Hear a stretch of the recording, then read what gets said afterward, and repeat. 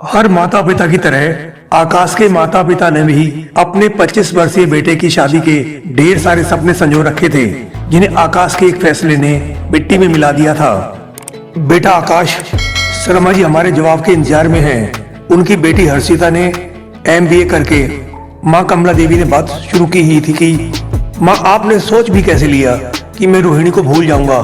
कभी तो सोचिए ना माँ कि इतनी बड़ी दुनिया में वही मुझे क्यों मिली। आकाश ने माँ की बात को बीच में ही काट दिया। इसमें सोचने वाली क्या बात है, तुम एक अमीर परिवार से हो, दिखने में स्मार्ट हो, इससे ज्यादा एक लड़की को और क्या चाहिए। उसने सोच समझ कर ही तुम्हें अपने जाल में फंसाया है, माँ कमला देवी ने क्रोधित होते हुए कहा। माँ मैं ही गया था उसके पीछे, उसने तो महीनों तक मुड़कर भी नहीं देखा था मेरी ओर। आकाश भी हारना नहीं चाहता था, उसे हर हाल में अपने प्यार की जीत चाहिए थी। हाँ तो तुम्हें कोई अपनी बिरादरी की नहीं मिली, वही एक हूर की परी है दुनिया में। माँ अब भी अपनी संस्कृति रीति रिवाज का मोर्चा संभालते हुए बोली। जो होना था वह हो चुका। कल उसके माता पिता आ रहे हैं आप लोगों से मिलने के लिए, और मैं नहीं चाहता कि आने वाले समय की बुनियाद में थोड़ी सी भी खटास शामिल हो। आकाश ने दृढ़ निश्चय से कहा। कल तो मेरी एक क्लाइंट के साथ जरूरी मीटिंग है, आकाश के पिता ने अपनी नाराजगी को जाहिर करते हुए कहा। और मेरी महिला समिति की किट्टी पार्टी है, माँ ने अपने मोबाइल में आंखें गड़ाए हुए कहा। समझ गया, आप लोग किसी भी हाल में रोहिणी को अपनाने वाले नहीं हैं, लेकिन मैं भी कह ही देता हूँ आने वाली परिस्थिति के जिम्मेवार आप लोग ही होंगे। आकाश का चेहरा गुस्से से तमतमा रहा था। अपनी बात कहकर आकाश कमरे से निकल गया।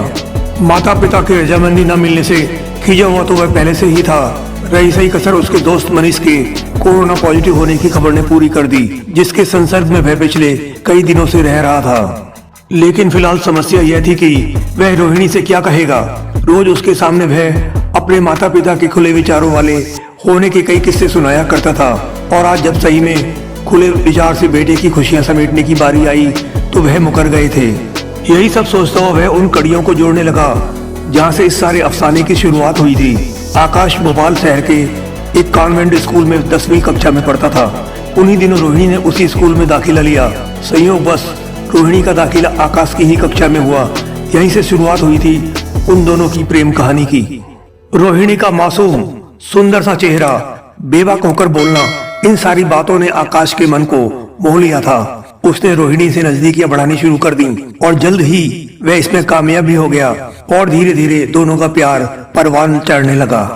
शुरुआत में तो मुलाकातें छोटी होती थी और सपने बड़े होते थे। फिर एक शाम की सिंदूरी बेला में अपने प्यार की सच्चाई को जामा पहनाने की कोशिश में आकाश का पौरुष हावी हो बैठा, जिसे रोहिणी ने भी नादानी में स्वीकार कर लिया और नदी का अस्तित्व सागर में विलीन हो गया। इस समर्पण के सिलसिले को रोकने की कोशिश दोनों में से किसी ने भी नहीं की। नतीजा यह निकला कि रोहिणी अपनी पढ़ाई भी पूरी नहीं कर पाई। उसे अपने गर्भवती होने का पता लग चुका था। उसने आकाश को बताने में तनिक भी देरी नहीं की। साधारणतया ऐसी परिस्थितियों में लड़का चिल्लाता है, मुकर जाता है या भागने की कोशिश करता है, लेकिन आकाश ने इस खबर को उतनी ही प्रसन्नता से स्वीकार किया जितना शायद वह विवाह के बाद स्वीकार करता। कमी बस इतनी ही थी कि रोहिणी की मांग में उसके नाम का सिंदूर नहीं था। लोक समाज की तो जैसे आकाश को परवाह ही न थी। उसे बस इतना लग रहा था कि वह पिता बनने वाला है और वह उस जिम्मेदारी को निभाने के लिए पूर्ण रूप से तैयार था। रोहिणी से वह सचमुच प्यार करता था। आकाश के पिता राकेश चौधरी एक कंप्यूटर कंपनी के मालिक थे, जिसका इकलौता वारिस आकाश ही था। अपने पिता के व्यवसाय को उसे आगे ले जाना है, यह बात उसे बचपन से ही घुट्टी की तरह पिलाई गई थी, और उसने इसे स्वीकार भी कर लिया था और व्यवसाय को आगे बढ़ाने के लिए मेहनत भी करता था। आज जब उसने अपने माता पिता के सामने रोहिणी से विवाह का प्रस्ताव रखा तो माता पिता ने जातिवाद को ऊपर रखते हुए इस विवाह से साफ इनकार कर दिया। अब चिंता की लकीरें आकाश के माथे पर खिंचने लगी थीं, क्योंकि इकलौता बेटा होने की वजह से उसे लगता था वह जो चाहेगा माता पिता उसके लिए सहर्ष इजाजत दे देंगे, लेकिन माता पिता ने साफ इनकार कर दिया। फिर भी उसने अपने कदम पीछे नहीं किए। देर से देर माता पिता मान जाएंगे, यह सोचकर उसने अपने कुछ दोस्तों की मदद से शादी करने का फैसला ले लिया और मन ही मन रोहिणी को दुल्हन के रूप में देख मुस्कुराने लगा। एक सप्ताह पहले ही 25 मार्च 2020 का दिन शादी के लिए तय किया गया। शिव सागर का मैरिज हॉल बड़ा ही भव्य और विशालकाय है। इसमें दोनों साथ फेरे लेने वाले थे। सब कुछ योजना के मुताबिक चल रहा था, लेकिन नियति ने अपनी अलग नीति बनाई थी जिसके बारे में किसी को कुछ पता न था।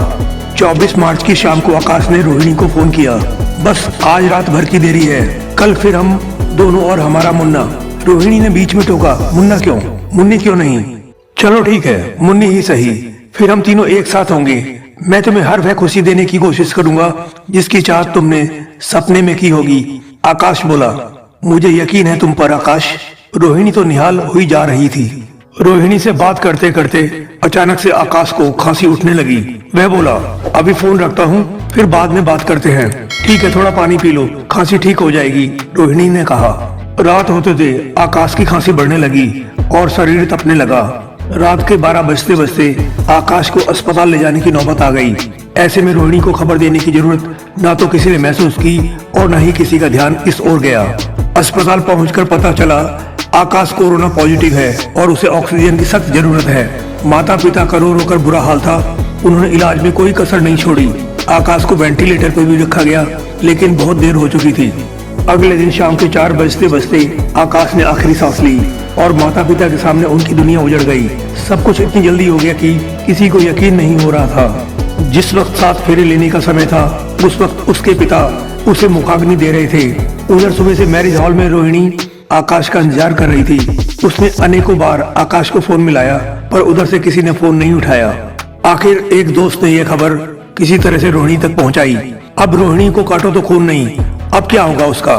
चारों तरफ सब कुछ बंद, घर जाने तक की गुंजाइश न थी। शादी के बाद जिस घर जाने की बात थी, अब वह रहा नहीं। पेट में 3 महीने का बच्चा लिए अंधेरे रास्ते से गुजर रही थी। दहाड़े मार मार कर आकाश का नाम लेकर रोए जा रही थी, पर कोई सुनने वाला नहीं था।